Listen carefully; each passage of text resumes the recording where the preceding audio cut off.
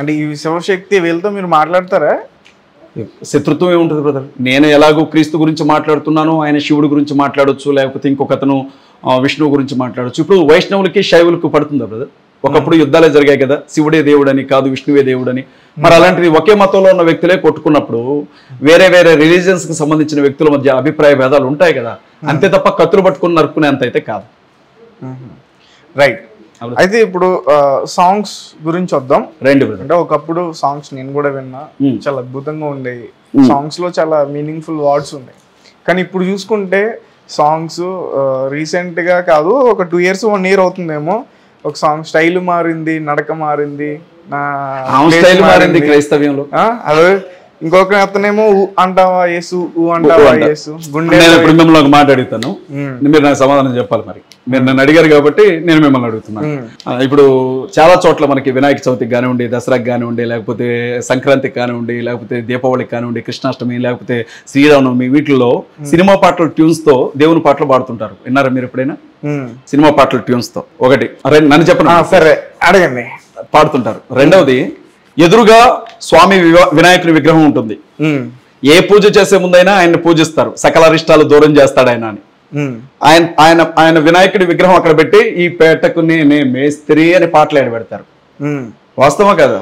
ఇంకొంచెం దారుణం, 2వ రోజు 3వ రోజులు అయితే ఇక రంబోలో పాటలే, మామూలుగా ఉండదు. ఇక స్టేజ్ మీద రికార్డింగ్ డాన్స్, బ్రేక్ డాన్సులు జరుగుతూ ఉంటాయి. అవి ఎప్పుడైనా ఏంటని అడిగారా? సరే, అది వాళ్ళ పద్ధతి అనుకోండి, వదిలిపెట్టండి. కానీ క్రిస్టియానిటీలో బ్రదర్ ఇవాళ మా దరిద్రం ఏంటంటే, ప్రతి వస్తువుకి డూప్లికేట్ ఒకటి తయారైనట్లు నిజమైన క్రైస్తవులకి డూప్లికేట్ గా ఎంతో మంది క్రైస్తవులు, నిజమైన పాస్టర్స్ కి డూప్లికేట్ గా ఎంతో మంది పాస్టర్స్ వచ్చారు. వాడు ఇంకా ఊ అంటావా దగ్గరే ఆగాడు. ఇంకా రేపెంత దరిద్రం చూడాల్సి వస్తుందో. ఇంకా రేపు ఎలాంటివి వస్తాయో. ఇంకా వెంకటేశ్వర స్వామి వారికి ఒక పొద్దున్నే ఆయనకి సుప్రభాతం ఉంటుంది కదా, మీరేనా ఎక్కువ మేము కాదా అని మా క్రీస్తు కూడా తయారు చేశారు సుప్రభాతాలు. మీరు మాలలు వేస్తారు కదా, అయ్యప్ప మాల, లేకపోతే భవానీ మాల, మీరైనా మాల వేసేదని మా వాళ్ళు మొదలు పెట్టారు. మాల క్రిస్టియనిటీలో మాల అనేది లేదు, లేదు లేదు, అస్సలు లేదు బ్రదర్. Mother promise brother. అది వైట్ డ్రెస్ వేసుకుని ఉంటారంట. వైట్, ఆ తెల్లని వస్త్రాలు అంటే పవిత్రతకి గుర్తు అంతే. ఆ వస్త్రాలు ధరించి కొన్ని రోజులు ఉంటారు, ఉపవాసాలు. అది బ్రదర్ ఇప్పుడు మీటింగ్స్. ఇప్పుడు నేను మీకు ఎట్లా చెప్పాలంటే, ఈ చేయి బ్రదర్, ఇందులో 5 ఏళ్ళు సమానంగా ఉన్నాయా? లేవు కదా. కానీ ఈ చేతిని భరించే ఈ పాట అంతా ఒకటే కదా. ఇక్కడ క్రీస్తున్నాడు, దరిద్రులు ఇలా తయారయ్యారు. ఒకటికొకటికి సంబంధం ఉండదు, ఒకటికొకటికి పోలిక ఉండదు. ఏం అసలు పట్టించుకునే వాళ్ళు తక్కువ. ఇప్పుడు సృష్టిస్తున్నారు, ఏమైనా పట్టించుకునే వాళ్ళు తక్కువ. ఫస్ట్ ఇప్పుడు నేను ఏమన్నారంటే ఇలా అనవసరం అంతే. మీరు ఎక్కువ మాట్లాడద్దు, కొత్త పద్ధతి ఏదైనా తీసుకొస్తారండి, నెక్స్ట్ ఇయర్ కల్లా మా దాంట్లో కూడా మొదలైంది. అట్లా మీరు బతుకమ్మ అని ఎగిరితే మా వాళ్ళు సిలువ పెట్టి ఎగురుతున్నారు ఈ మధ్య. మతం అన్న ప్రతి చోట ఈ దరిద్రాన్ని భరించాల్సిందే బ్రదర్. అందుకే క్రిస్టియానిటీ గురించి ఏమంటారంటే, ఇది మతం కాదు, ఇది మార్గం అంటారు. క్రిస్టియానిటీలో 2 ఉన్నాయి. ఒకటి యేసుక్రీస్తు ప్రభువే ప్రాణంగా భావించి ఆయన వెనక నడుచుకుంటూ వెళ్లే క్రైస్తవులు. రెండవది మేము కూడా క్రైస్తవులు అనుకునే క్రైస్తవ మతంలో ఉన్నవాళ్ళు. ఆ మతంలో ఉన్న దరిద్రంతో జరుగుతుంది ఇదంతా కూడా. అంటే హిందువుల దగ్గర నుంచి చూసి కాపీ కొట్టారనుకోవచ్చా? అనుకోవడం ఏంటి బ్రదర్, వచ్చిందే ఇక్కడ. ఇప్పుడు బై బర్త్ క్రైస్తవులను పుట్టుకొని వచ్చేస్తున్నారా? అందులో నుంచో ఇందులో నుంచో ఇందులో నుంచో ఏసుని తెలుసుకొని వచ్చేవాళ్లే కదా. మరి ఎక్కడికి పోతాయా బుద్ధులన్నీ కూడా? ఇప్పుడు నేను ఒక బ్రతకడం తెలిసిన వాడు బ్రదర్ ఏదైనా చేస్తాడు. వీడికి బ్రతకడం తెలుసు, వాడు దేన్నైనా వాడుకుంటాడు. అలా మా పాస్టర్లలో చాలా మంది వాడుతున్నారు. ఎలాగూ ఆరిజినే ఆ ప్రారంభం నుంచే వచ్చిన వాళ్ళు వీళ్ళు దాంట్లో పడుతున్నారు అంతే. ఇంకొక విషయం, మీరు యేసు ప్రభు గురించి ఎన్నైనా తిట్టండి, బైబిల్ గురించి ఎన్నైనా అనండి, దేవుడైన యెహోవా గురించి ఏమైనా అనండి, మరే గురించి మాట్లాడండి, పాస్టర్ గురించి అన్నారో చంపేస్తారు మా వాళ్ళు. పాస్టర్ గురించి ఏమనొద్దు, మీరు బైబిల్ ఏమైనా అనుకోండి, దేవుడి కన్నా ముందు ఆయన. మరి విషయం ఇక్కడ ఒక ఫోటో దిగితే 10,000 ఇచ్చేవాళ్ళు ఉన్నారు పాస్టర్కి.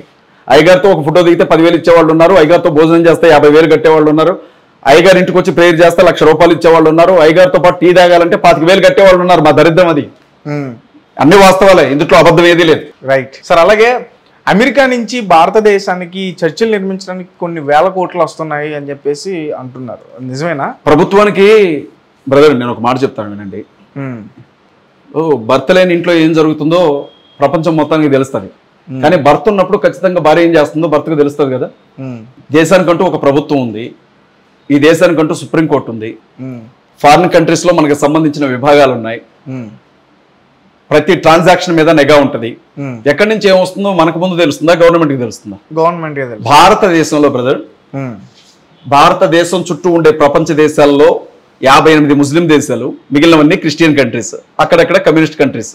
ఒక నేపాల్ మాత్రమే హిందూ దేశంగా పరిగణించబడుతూ ఉంటుంది. ఇక భారతదేశం ప్రజాస్వామ్య దేశం. ఇది విషయం. క్రిస్టియానిటీలో చారిటీ ఉంటుంది బ్రదర్. ఎక్కడైనా ఇప్పుడు నేను బ్రదర్, నేను అమెరికాలో ఉన్నాను. ఇక్కడ పలానా వ్యక్తి చావు బ్రతుకుల్లో ఉన్నాడని మీ దగ్గర నుంచి ఒక కాల్ వస్తే చాలు, మీరు నాకు నమ్మకమైన వ్యక్తి అయితే చాలు, నేను 1,00,000 పంపిస్తాను మీకు, వెంటనే అతనికి సాయం చేయండి అని. కానీ అతని దగ్గరికి వెళ్తా డబ్బు ఇతనే తీసుకుంటాడు మంచిలో. కానీ సహాయం చేయడానికి వస్తున్నారు కానీ ఇప్పుడు చాలా మంది మీరు చూడండి బ్రదర్, అందుకే క్రిస్టియన్ మిషనరీ స్కూల్స్ ఉంటాయి, క్రిస్టియన్ కాలేజెస్ ఉంటాయి, క్రిస్టియన్ హాస్పిటల్స్ ఉంటాయి, క్రిస్టియన్ అనాథాశ్రమాలు ఉంటాయి. క్రిస్టియానిటీలో చారిటీ అంటేనే క్రిస్టియన్స్ గుర్తొస్తారు. ఇప్పుడు బీజేపీ గవర్నమెంట్ వచ్చిన తర్వాత దాదాపు 1200 NGO ఆర్గనైజేషన్స్ మీద నిషేధాన్ని విధించారు. భారతదేశానికి ₹1 రావాలన్నా నరేంద్ర మోదీ కంటి చూపును దాటి రావాలి.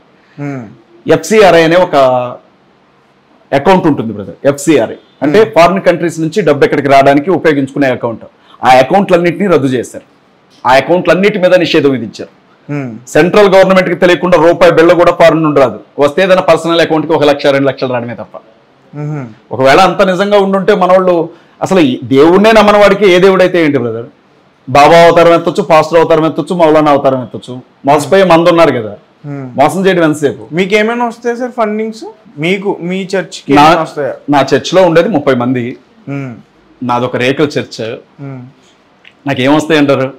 అయితే నాకు 4 యూట్యూబ్ ఛానల్స్ ఉన్నాయి బ్రదర్.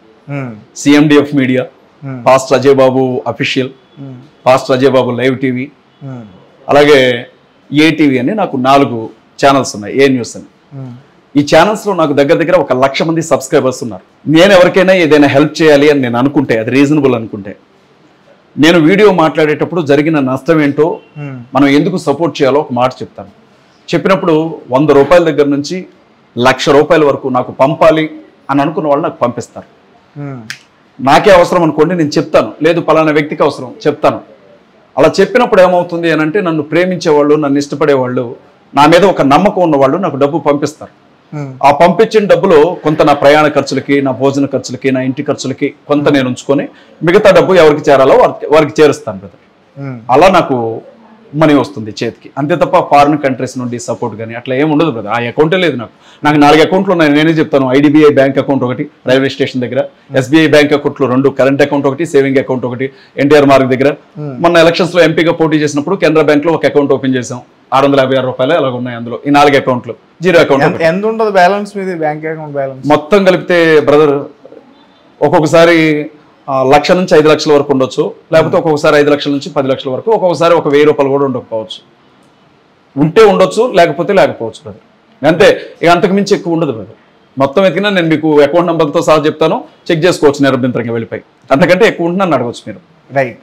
అయితే రాధా మనోహర్ గారిని మీరు టార్గెట్ చేసినట్టు అనిపించింది. నేను ఎవరిని ఆయన రాసలీలలో అని చెప్పేసి చెప్పిందే కదా, నేను చెప్పలేదు కదా. అది రాసలీల చేసుకోనండి, లేకపోతే ప్రత్యేకంగా ఒక లాడ్జీ నడుపుకోనండి, నాకేంటి సార్?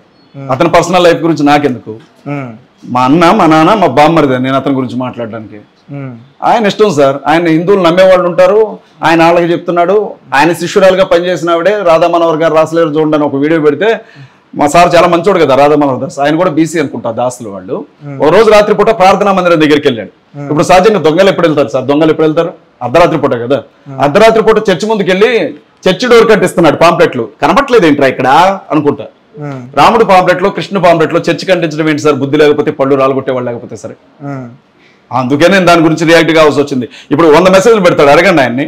అజయ్ బాబుకి మీరు మెసేజ్ చేస్తారంట, కానీ మెసేజ్ చూసిన మరుక్షణమే బ్లాక్ చేస్తాను. ఎందుకంటే నేను చెప్పేది అర్థం చేసుకునే మైండ్ అక్కడ ఉంటే మాట్లాడొచ్చు. కొన్ని మైండ్లో పేడే ఉంటుంది, ఏముండదు అక్కడ. మనం ఏం చెప్తున్నాం అనేది వాడికి అనవసరం. వాడేదో చెప్పాలనుకుంటాడు, మనం వినాలి, అగ్రి కావాలి. నా దగ్గర సబ్జెక్ట్ ఉంటుందా అంటే అది ఉండదు. వాదోపవాదం చేయాలన్నమాట. నాకేం తెలియదు బ్రదర్, మీకు కొంచెం ఎక్కువ తెలుసు. మన ఇద్దరం మాట్లాడుకుంటే మీరు నా దృష్టికి పిచ్చోళ్ళగా కనపడతారు కదా. నేను అందుకే వెళ్తా మాట్లాడు. డిబేట్లు కూడా పోను బ్రదర్. నేను పిలిచిన ఆయనతోనే కదా, అసలు ఎవరితో పోను నేను డిబేట్లకి. నేను అనుకున్నది ఏంటో నేను చెప్తాను. 1 గంట నా లైఫ్లోనే ఫస్ట్ టైం బ్రదర్. నేను TV9కి వెళ్ళా, NTVకి వెళ్ళా, అన్ని ఛానల్స్కి వెళ్ళా. ఎప్పుడు రాజకీయాల గురించి మాట్లాడే తప్ప పార్టీ అధికార ప్రతినిధిగా రిలీజియస్ విషయాలు మాట్లాడాల. నా జీవితంలోనే మొదటిసారి ఒక ఛానల్కి రిలీజియస్ విషయాల గురించి నేను మాట్లాడడానికి రాడు. ఓకే, ఫస్ట్ టైం నేను వచ్చింది, మీరు చూడండి. రైట్, డిస్కస్ చేయను బ్రదర్. నాకు అసలు వాదోపవాదాలకే వెళ్ళను నేను. నువ్వు నమ్ముతున్నావు కదా, పలానానే నిజమని నమ్ము, నేను ఎవడొద్దన్నా. నేనైతే వద్దనలా. నీకు ఇంకేమైనా కావాలంటే చెప్పిస్తా, తీసుకెళ్ళి ఖర్చు పెట్టుకో. కానీ నేను ఒకటి చెప్తాను, నేను నమ్మింది అది సత్యం అని నేను నమ్మాను. కాబట్టి నీకు నచ్చితే నమ్ము, లేకపోతే లేదు. ఇప్పుడు నా పక్కన చాలా మంది ఉంటారు బ్రదర్. కొంతమంది బుద్ధుడిని నమ్ముకున్న వాళ్ళు ఉంటారు నా పక్కన, ఇంకొంతమంది అసలు దేవుడే లేడు అనే వాళ్ళు ఉంటారు, ఇంకొంతమంది హిందువులు ఉంటారు, ఇంకొంతమంది క్రైస్తవులు. అయినా అందరం కూర్చొని ఇంట్లో కడుపు నిండా అన్నం తింటాం. ఏ రోజు కూడా నేను దేవుని గురించి మాట్లాడను, నాకు అవసరం లేదు. నేను ఎక్కడ చెప్పాలో ఏం చెప్పాలో అక్కడ ఆ స్థానంలో నేనేంటో అక్కడ మాట్లాడి వెళ్ళిపోతానంతే. నాకేమన్నా నువ్వు మట్టి ప్రసాద్ ఖమ్మం జిల్లా బిఎంపీ అధ్యక్షులు అంబేద్కర్ వాది, ఆయన పరలోకానికి తేకపోతే నువ్వు పరలోకానికి రావద్దని నాకేం ప్రభు చెప్పలా. నాకేంటి దరిద్రం, నేను విషయం చెప్తాను మీకు చెప్పినట్లుగానే ఆయనకి. ఇక ఆ తర్వాత మళ్ళీ మాట్లాడాక ఆయనతో మామూలుగా మాట్లాడుకుంటాం అంతే. రైట్. మొత్తానికి అంటే ఈ క్రిస్టియన్స్ లో కొంతమంది ఇలాగా తప్పుడు పాస్టర్లు వచ్చి కొంతమంది తప్పుదావ పట్టిస్తున్నారని చెప్పేసి మీరు ఫైట్ చేస్తున్నారు. బ్రదర్ చివరిగా నేను ఒక మాట చెప్తాను, అందరం బాగుండాలి బ్రదర్, కలిసి ఉందాం. హిందూ గుళ్ళని రెస్పెక్ట్ ఇస్తున్నాం, హిందూ దేవీ దేవతలకి రెస్పెక్ట్ ఇస్తున్నాం. కొంతమంది నోటి దోల ఎందుకు బ్రదర్, నువ్వు వాక్యం చెప్తున్నావు, దేవుని గురించి చెప్పు, నీకు హిందూ దేవీ దేవతల గురించి ఎందుకు? రాళ్ళు రప్పలను నువ్వు అనాల్సిన అవసరమే ఉంది, నీకు అవసరం లేదు కదా, నీ పనేదో నువ్వు చేసుకో. అట్లా కాకుండా దారిన పోయేవాడిని చెవి పెట్టి లాగినట్టు కొంచెం ఎక్స్ట్రాలు చేసే చోట గొడవలు జరిగాయి. అయితే ఇప్పుడు అది ఒక సంస్కృతి అయిపోయింది. లెక్కలేనన్ని చర్చలు తగలబెట్టారు. ఛత్తీస్గఢ్లో తిమోతి అనే పాస్టర్ గారిని తుపాకీతో కాల్చిన చోట గుండెల్లో కత్తిపెట్టి పొడిచారు బ్రదర్. ఆయన చచ్చిపోయే వరకు అలా పొడుస్తూనే ఉన్నారు. తిమోతిలో సంవత్సరం అవుతుంది తిమోతి గారిని. ఎంతో మందిని చంపారు. ఇట్లా డైరెక్ట్గా చర్చిలోకి వచ్చేసి కొట్టేస్తున్నారు అంతే. ఇంట్లో ప్రేయర్ జరుగుతుంటే వచ్చి కొడుతున్నారు. ఉత్తరప్రదేశ్ ముఖ్యమంత్రి యోగి ఆదిత్యనాథ్ చేసే అరాచకాలకి అసలు అంతు పంతే ఉండదు. ఇంట్లో ప్రేయర్ జరిగితే బుల్డోజర్తో కూల్చేస్తామని వార్నింగ్ ఇచ్చాడు ఓపెన్ గా. అసలు రాజ్యాంగాన్ని మారుస్తా ఉన్నారు. ఇప్పుడు 400 సీట్లు వచ్చుంటే ఇండియన్ కాన్స్టిట్యూషన్ మార్చేసేవాళ్ళు. క్రిస్టియన్స్ కి ముస్లింస్ కి ఓటు హక్కు తీసేస్తామంటున్నారు. జై శ్రీరామనికి పోతే ఈ దేశంలో బ్రతకడానికి వీల్లేదంటున్నారు. రాజసింగ్ అయితే ఓపెన్ గా క్రిస్టియన్స్ ని ముస్లింస్ ని చంపండి అని పిలుపునిచ్చాడు. ఢిల్లీ నడిబొడ్డున స్వామి మహామండలేశ్వర స్వామీజీ అయితే ముస్లిం చంపడానికి సిద్ధపడాలి, హిందువులు కత్తులు కొనుక్కోవాలి అని చెప్పాడు. ఓపెన్ గా అన్ని బిట్లు ఇస్తాను నేను మీకు. ఇవాళ ఏం జరిగిద్దో రేపు ఉన్న భయంలో ఉన్నారు క్రైస్తవులు. నిజంగా తిరగబడే వాళ్ళైతే సార్ మీరు ఒక్క మాట తప్పుగా అనుకోవద్దు, అన్ని రకాల మాసాలు తింటాం, ఒక పంది మాసం తప్ప క్రైస్తవులు, కుక్క పంది తప్ప తినేవి మేము ఎంత కట్టుకుంటాం సార్. మీరు ఒక దెబ్బ కొట్టేలోపు 100 దెబ్బలు కొడతాం మేము. కానీ కొడితే కుట్టాడులే అనుకొని వెళ్ళిపోతామే తప్ప ఇంకో దెబ్బ కొడతారా అని ఇటు చేస్తే నువ్వు క్రైస్తవుడువేనా అంటారు మా వాళ్ళు వెనక నుంచి. అది సార్ మా బతుకు. మమ్మల్ని టార్గెట్ చేస్తే ఏమొస్తుంది సార్? ఏదైనా తప్పు ఉంటే తప్పు అని చెప్పండి, సరిదిద్దుకుంటాం తప్ప మీరు చంపేస్తా పొడి చేస్తా అంటే అందరూ మంచోళ్ళు ఉంటారు సార్. నాలాంటి మెంటల్ గాడు కూడా ఉంటాడు. ఖచ్చితంగా సార్ కొన్ని వేల మంది ఉంటారు టీం, తక్కువే ఉండం. ఎవరి జోలికి వెళ్ళం సార్, అందరినీ గౌరవిస్తాం, ప్రేమగా గౌరవిస్తాం. మేము ఆరాధించం అంతే, మేము క్రీస్తును మాత్రమే ఆరాధిస్తాం. రాముడు కృష్ణుడు విష్ణువు గౌరవిస్తాం, కానీ క్రీస్తును మాత్రమే దేవుడుగా అంగీకరిస్తాం, ప్రార్థన చేసుకుంటాం. అది మీకేం అభ్యంతరం? మీరు కూడా అలాగే గౌరవించండి, రాముడిని దేవుడుగా అంగీకరించండి, పూజించండి. ఇప్పుడు కత్తికి లేని దురద కందగడ్డకి ఎందుకని ఏదో అంటారు కదా, కందగడ్డకి లేని దురద కత్తికి ఎందుకని. అందరూ బాగానే ఉన్నారు సార్. 10 ఏళ్ల క్రితం భాయి అనుకుంటూ తిరిగాం. ఈ బీజేపీ ఎప్పుడైతే అధికారంలోకి వచ్చిందో ఆర్ఎస్ఎస్ విశ్వ హిందూ పరిషత్ బజరంగ దళ్ పుణ్యమా అని ఇదిగో దేశం ఈ స్థితిలో ఉంది సార్. అది విషయం. Okay sir, thank you so much. మీకు ప్రత్యేకమైన వందనాలు. ఇంత ఓపికతో నా మాటలన్నీ విన్నారు. అలాగే రెడ్ టీవీ ప్రేక్షకులందరికీ కూడా చాలా కృతజ్ఞతలండి. రెడ్ టీవీని సబ్స్క్రైబ్ చేయండి. రెడ్ టీవీ సంబంధించినటువంటి విషయాలను మిగతా వారికి షేర్ చేయండి, పంచుకోండి. మీ అందరికీ వందనాలు. Thank you so much. Thank you sir. Thank you.